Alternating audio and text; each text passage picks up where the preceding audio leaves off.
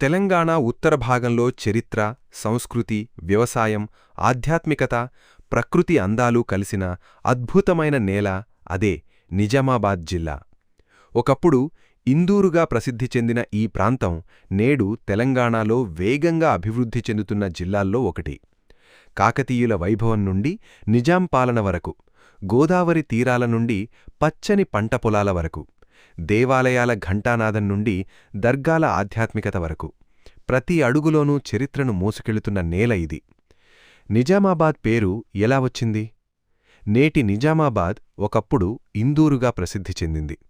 ఈ ప్రాంతాన్ని 5వ శతాబ్దంలో పాలించిన ఇంద్రదత్తుడు అనే రాజు పేరు మీదుగా ఇందూరు అనే పేరొచ్చిందని చరిత్ర చెబుతోంది. తరువాత డెక్కన్ ప్రాంతాన్ని పాలించిన నిజాం ప్రభావంతో ఈ ప్రాంతానికి నిజామాబాద్ అనే పేరు ఏర్పడింది.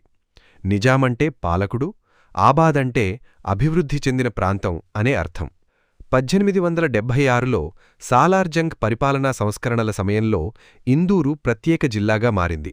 ఆ తర్వాత ఇది తెలంగాణ చరిత్రలో ఒక ముఖ్యమైన ప్రాంతంగా ఎదిగింది. తెలంగాణ రాష్ట్ర ఏర్పాటుతో నిజామాబాద్ కొత్త రూపాన్ని సంతరించుకుంది. భౌగోళిక ప్రత్యేకత: నిజామాబాద్ జిల్లా తెలంగాణ ఉత్తర పడమర భాగంలో ఉంది. ఇది మహారాష్ట్ర సరిహద్దుకు సమీపంగా ఉండటం వల్ల తెలుగు, ఉర్దూ, మరాఠీ సంస్కృతుల మేళవింపును కలిగి ఉంది.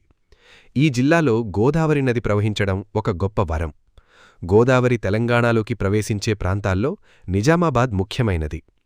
ఈ ప్రాంతం పచ్చని వ్యవసాయ భూములతో ప్రసిద్ధి చెందింది. వరి, పసుపు, మొక్కజొన్న, చెరకు వంటి పంటలు ఇక్కడ విస్తారంగా పండిస్తారు. అందుకే నిజామాబాద్ను పసుపు నగరం అని కూడా పిలుస్తారు. వర్షాకాలంలో ఈ జిల్లా ప్రకృతి అందాలతో కలకలలాడుతుంది. చెరువులు నిండిపోతాయి.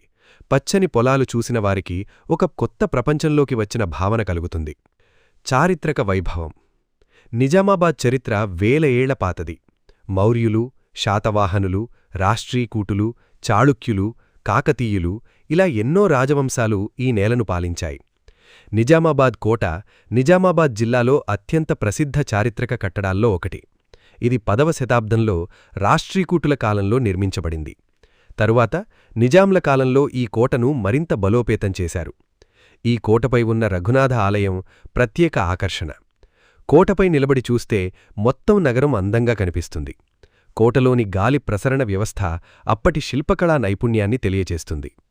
డిచ్పల్లి రామాలయం: నిజామాబాద్ జిల్లాలోని అత్యంత ప్రసిద్ధ ఆలయాల్లో డిచ్పల్లి రామాలయం ఒకటి.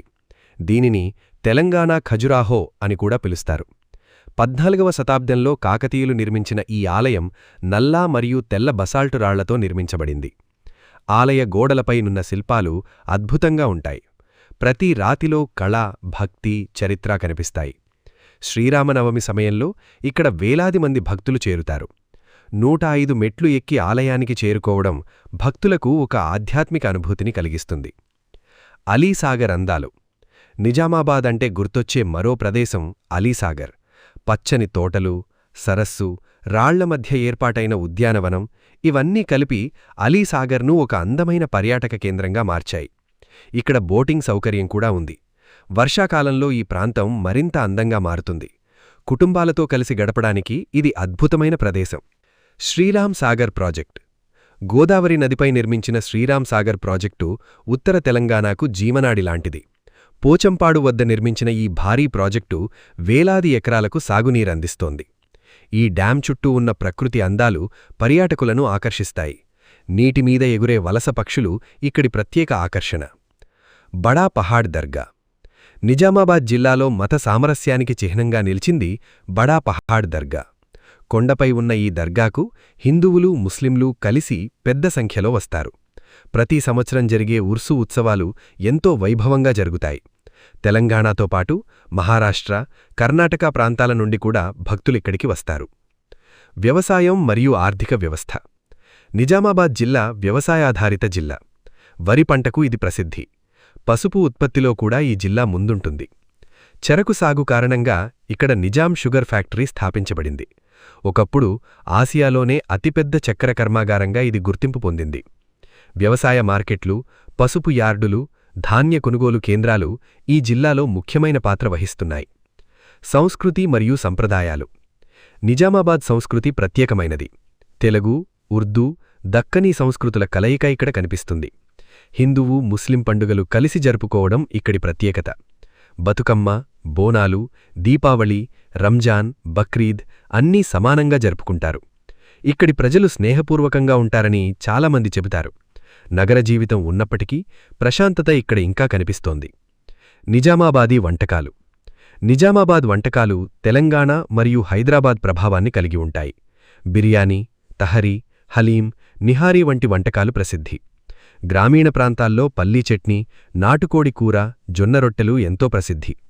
రంజాన్ సమయంలో హలీం కోసం ప్రజలు ప్రత్యేకంగా వస్తారు.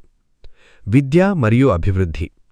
నిజామాబాద్ విద్యారంగంలో కూడా అభివృద్ధి చెందుతోంది. పలు డిగ్రీ కళాశాలలు, ఇంజనీరింగ్ కాలేజీలు, ప్రభుత్వ విద్యాసంస్థలు ఇక్కడ ఉన్నాయి. రోడ్లు, రైల్వేలు, జాతీయ రహదారులు జిల్లాను తెలంగాణలోని ఇతర ప్రాంతాలతో కలుపుతున్నాయి. హైదరాబాద్తో మంచి రవాణా సౌకర్యం ఉంది. పర్యాటక భవిష్యత్తు. ఇటీవలి కాలంలో తెలంగాణ ప్రభుత్వం ఈకో టూరిజంపై దృష్టి పెట్టింది. నిజామాబాద్ ప్రాంతంలో ప్రకృతి, ఆధ్యాత్మిక, సాంస్కృతిక పర్యాటకానికి మంచి అవకాశాలున్నాయి.